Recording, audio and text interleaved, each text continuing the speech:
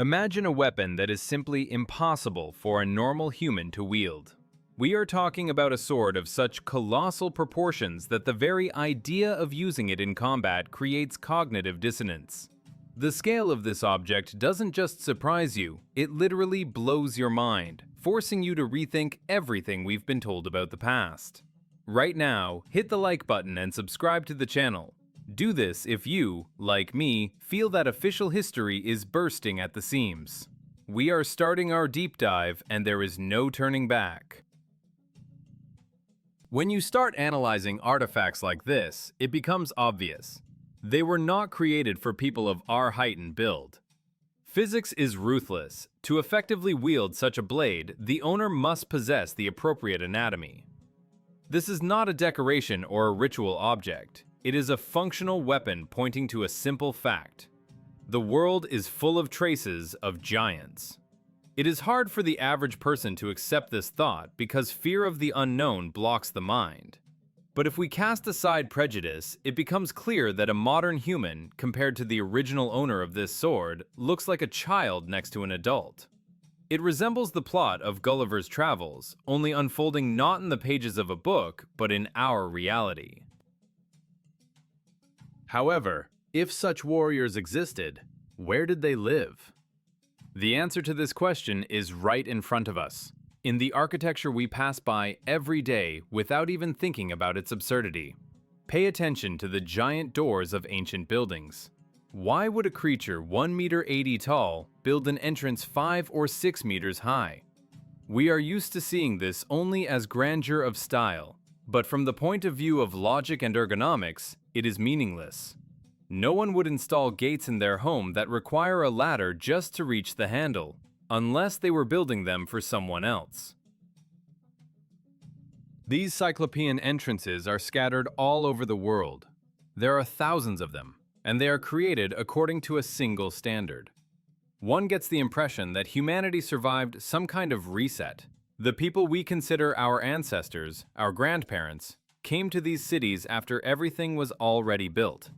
They simply occupied empty premises, possessing neither the technology nor the means to erect such structures. We live in the stage sets of an alien civilization, like tenants who do not know the true purpose of the inheritance they received. It is obvious that these buildings and statues were not built by our civilization. But if we didn't build them, what was their true purpose? Why do these structures look like palaces, yet their design hints at completely different industrial functions? When you look closely at the architectural heritage we are used to calling classical, the scale causes a deep sense of unease.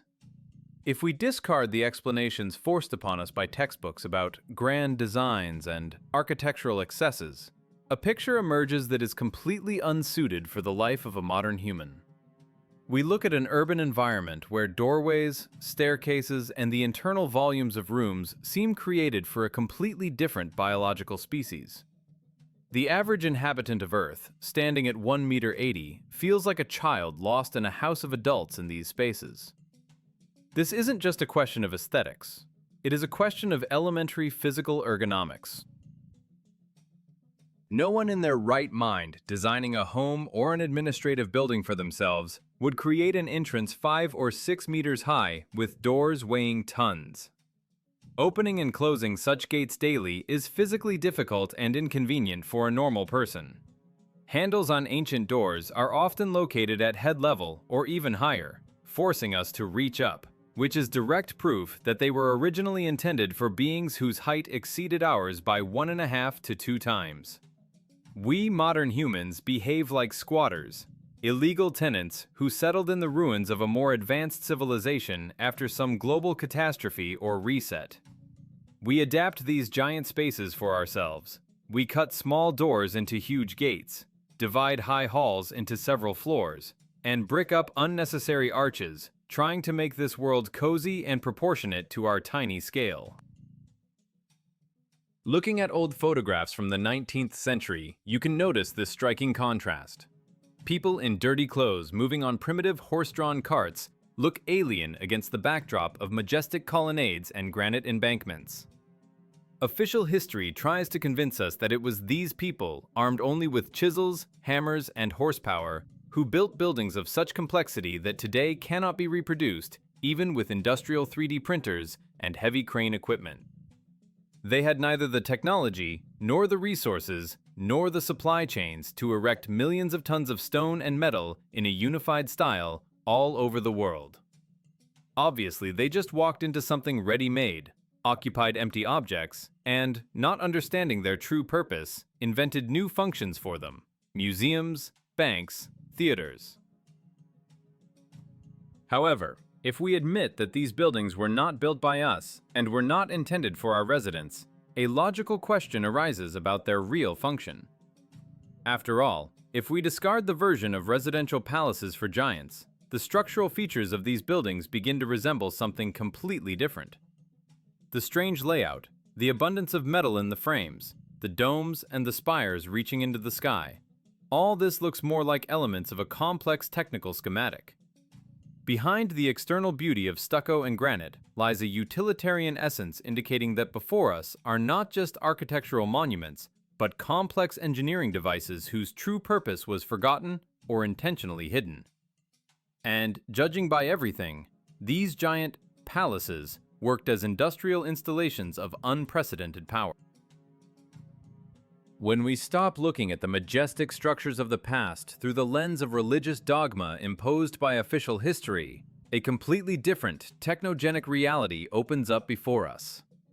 What is customarily called cathedrals, temples, mosques, or basilicas today, upon detailed engineering analysis, loses its sacred meaning and gains the functionality of complex technical devices. It is obvious that the very concept of religion in this context is used as the perfect cover, masking the true purpose of these objects. If we cast aside mysticism, it becomes clear that these are not places for prayer, but giant power plants, impressive in their power, designed to generate and distribute energy. The architecture of these buildings is subject to strict physical laws, not canons of faith. High spires and obelisks piercing the sky serve not to be closer to God, but to act as powerful receiver antennas. They catch atmospheric electricity, that very ether energy that is everywhere around us. Domes, often covered with conductive metals like copper or gold, work as huge resonators, accumulating and amplifying this charge. The internal arrangement of these temples, with their columns, arches, and specific geometry, resembles the schematic of a giant microchip or induction coil. Even stained glass windows and the use of crystal structures in the design could play a role in refracting and transmitting energy flows. It was a single global network working on principles that Nikola Tesla later tried to revive, but which existed long before him. This technology knew no borders. We see absolutely identical technical solutions in the architecture of Europe, Asia, India, and America. In the United States of the 19th century, there stood exactly the same antique buildings attributed to the Romans or Greeks, although official chronology claims that at that time there were only settlers with primitive tools there. In India, many so-called temples still boggle the imagination with the complexity of stone carving that is impossible to perform by hand, and shapes resembling modern transformers and insulators. Everywhere, from Asia to America, these structures performed one function: providing the population with free, infinite, and clean energy. Ether was available to everyone. One did not need to pay for it. There was no need to lay wires or burn tons of coal. Light bulbs lit up simply by being in the field of action of these stations, and cities were illuminated without any cost.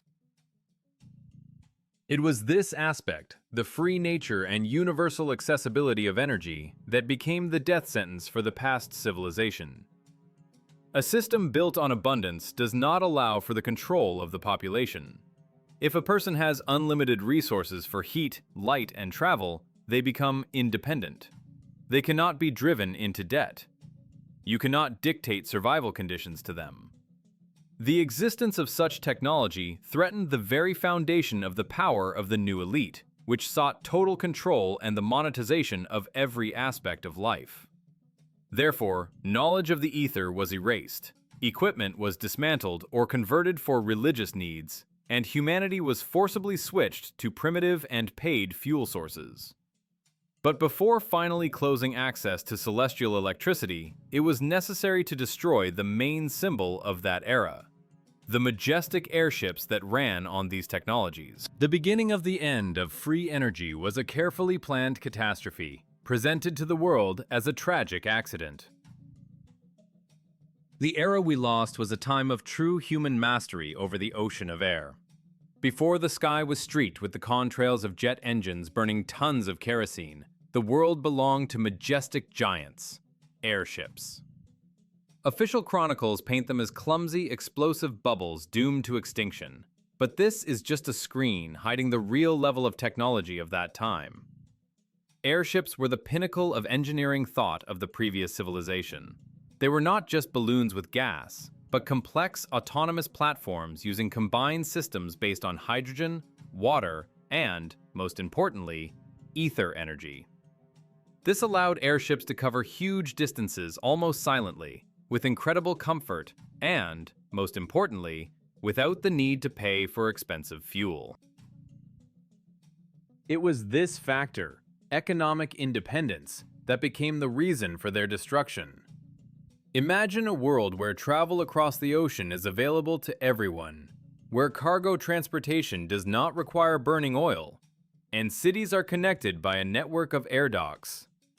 The spire of the Empire State Building, for example, was originally designed specifically as a docking mast for such vessels, not as a decorative element. Such freedom of movement and lack of energy dependence was a bone in the throat of the emerging global syndicate betting on hydrocarbons. Oil tycoons and bankers needed to get humanity hooked on the oil needle, forcing us to pay for every kilometer of the way and for every kilowatt of energy. The existence of an efficient, eco-friendly, and cheap air fleet made this task impossible. Therefore, the Hindenburg disaster was not a tragic accident, but a carefully planned act of intimidation, a public execution of an entire technological industry. It was a targeted event designed to sow panic and fear of hydrogen and free flight. It is no coincidence that cameras happened to be on the scene at exactly the right moment to capture the fiery hell and broadcast it to the whole world. The effect was achieved instantly. The era of airships was forcibly ended. Smooth and majestic flights were replaced by cramped, noisy airplanes, completely dependent on fossil fuel, airport infrastructure, and strict government control. We literally had our wings clipped, forced to crawl on the ground, or fly only through permitted, paid corridors. We were deprived of the sky so that we would forget the taste of true freedom and the possibility of living without debt. Technological progress was artificially curtailed and directed along a dead-end branch of development beneficial only to a narrow group of people. However, it is impossible to completely erase the memory of the past.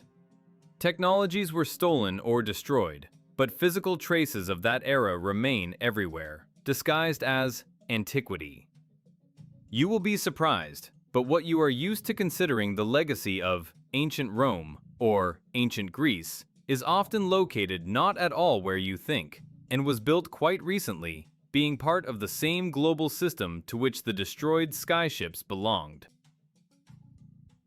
If you try to determine the geographical location of a building solely by its architectural style, without knowing the name of the city in advance, you can easily hit a dead end.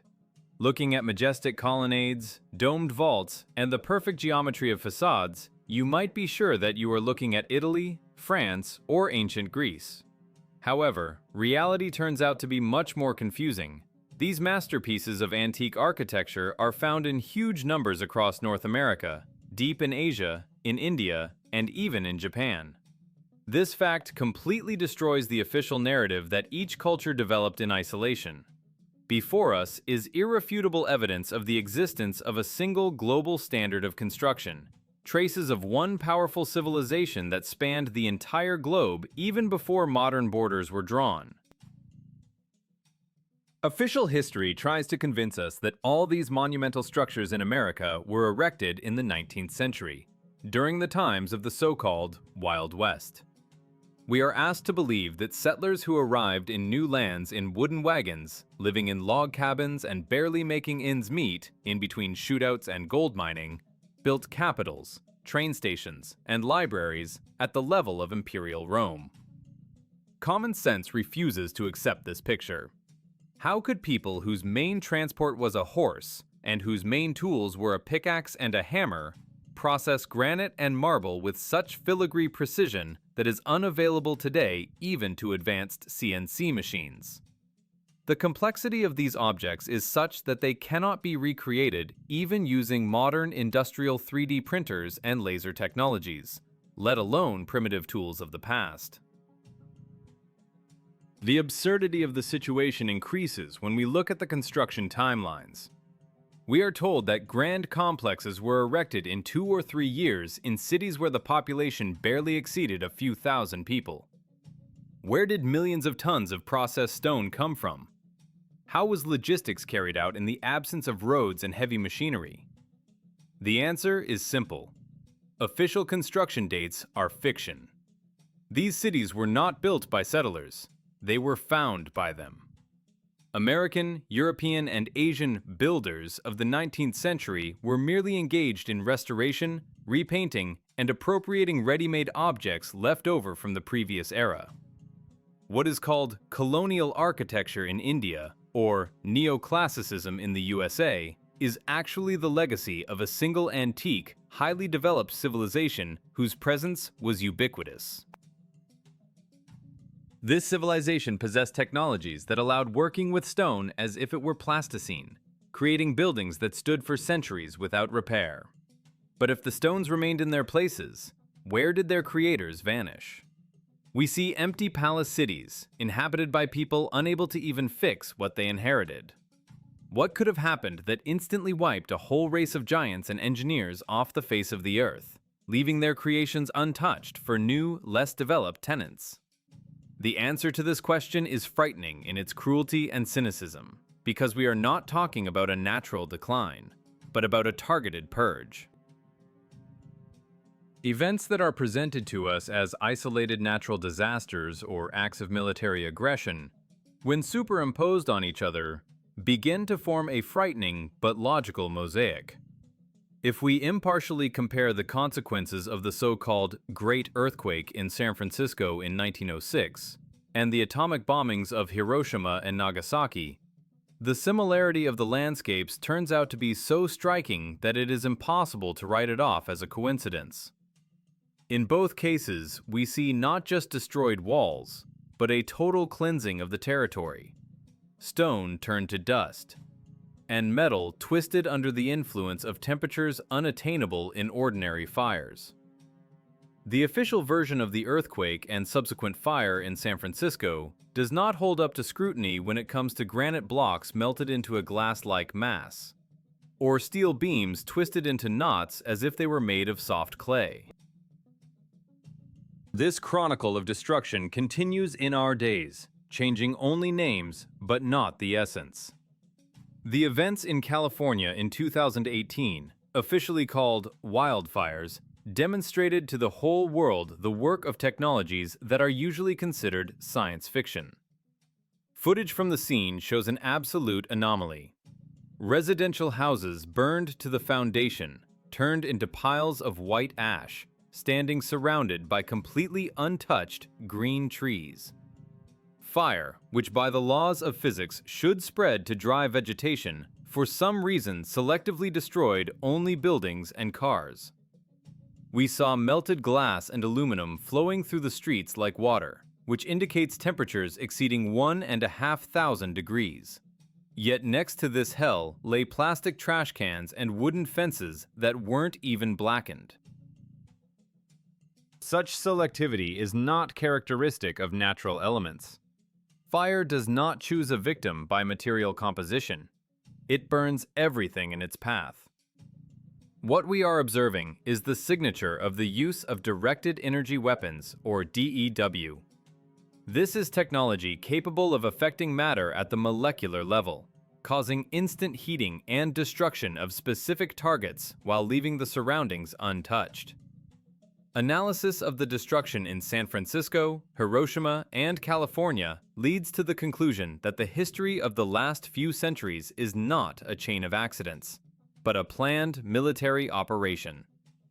It is a war to destroy evidence, wiping off the face of the earth the remnants of the majestic architecture of the previous civilization, which was too durable and testified too clearly to a different level of development.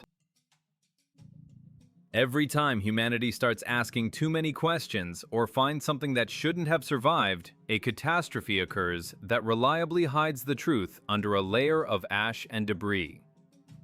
Cities built by giants are systematically destroyed to make room for primitive boxes of concrete and glass in which we are destined to live.